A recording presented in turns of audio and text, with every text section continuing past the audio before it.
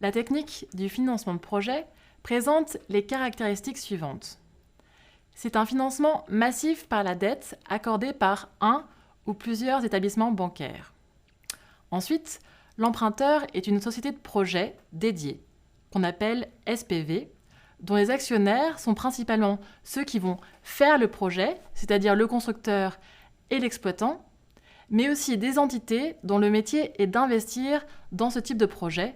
Ce sont des fonds d'investissement.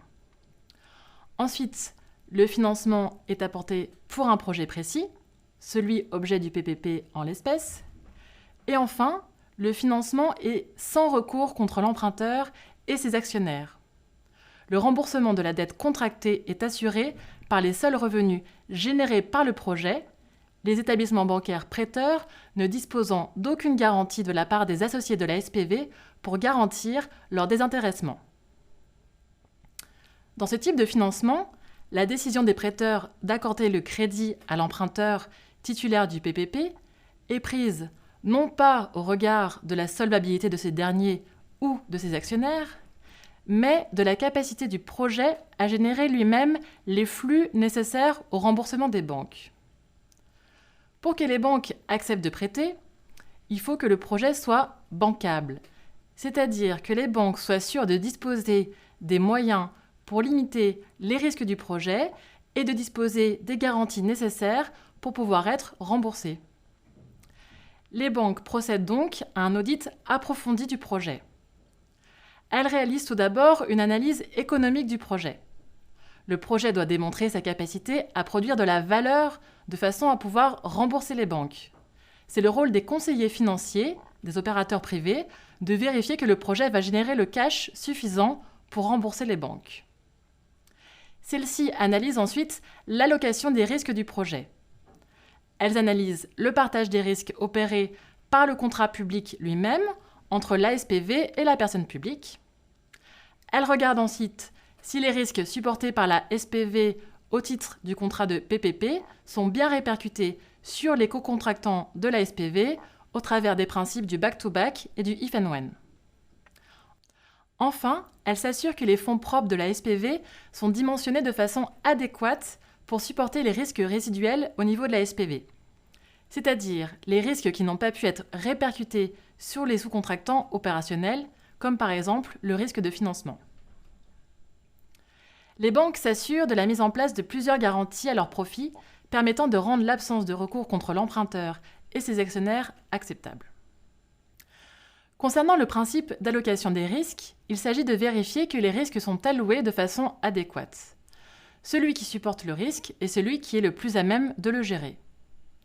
Au sein du contrat public, les banques appréhendent cette problématique de la manière suivante. Pour les risques qui ne peuvent pas être évalués à l'avance, tant en termes d'occurrence que de coûts, il peut être plus rationnel pour des raisons de coût de mettre ces risques à la charge de la personne publique plutôt que du partenaire privé. Ce dernier constituera en effet des provisions pour faire face à ce risque, lesquelles auront un coût, alors même que ces sommes pourraient ne pas être utilisées si le risque ne se produit pas. Une telle situation peut concerner par exemple le risque de pollution ou le risque de changement de loi. La prise en charge de certains risques peut être partagée entre la personne publique et le partenaire privé.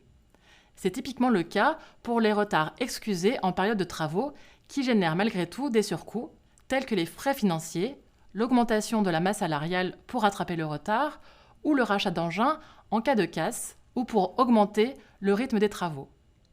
Dans ce cas, il est possible d'introduire des plafonds au-delà desquels les surcoûts sont pris en charge par la personne publique. Le montant des pénalités et des indemnités à verser à la personne publique doit être limité de façon à ce que les banques puissent mesurer l'exposition maximale de la SPV au risque. De même, les clauses de résiliation du contrat, quel qu'en soit le motif, font l'objet d'une attention particulière. Les banques doivent s'assurer qu'elles seront en tout état de cause intégralement remboursées, même en cas de faute. Une partie de leur préjudice peut néanmoins être prise en charge par les sous-contractants. S'agissant de l'allocation des risques entre les prestataires et la SPV, celle-ci est définie selon le principe de transparence. Il y a ce qu'on appelle le principe du back-to-back, selon lequel tous les risques pris par la SPV dans le cadre du contrat public sont répercutés au prestataire. Il en va ainsi, par exemple, du risque de retard dans l'obtention des autorisations administratives ou dans l'exécution des travaux. Il y a également le principe du if and when, selon lequel les droits des prestataires envers la SPV, par exemple le droit à percevoir le paiement d'une indemnité ou de bénéficier de délais supplémentaires, sont limités strictement à ceux que la personne publique accorde effectivement à la SPV dans le cadre du contrat de PPP. Il peut s'agir du droit à indemnisation du fait de la survenance d'une cause légitime de retard, comme les intempéries ou la grève. Les prestataires ont des plafonds globaux de responsabilité. Les prêteurs font attention à ce que ces plafonds soient bien dimensionnés au regard des risques assumés par le prestataire. Ainsi, sont exclus du plafond tous les risques non limités mis à la charge de la SPV et répercutés aux sous-contractants. Par exemple, il peut s'agir des coûts de remise en état en fin de contrat non plafonnés ou les coûts de dépollution non plafonnés. Le bon dimensionnement de ces plafonds constitue également une sécurité pour la personne publique.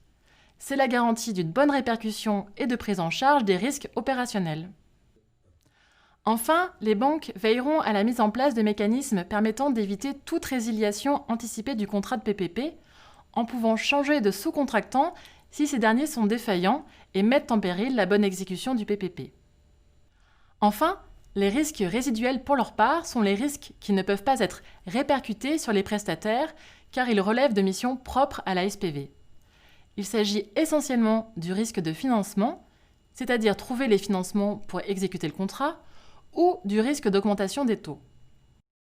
Pour faire face à ces risques, la SPV est dotée de fonds propres apportés par les associés. Dès lors, il faut veiller à ce que ce montant de fonds propres soit bien dimensionné pour prendre en charge l'ensemble de ces risques résiduels. Les banques sont très vigilantes sur ce point.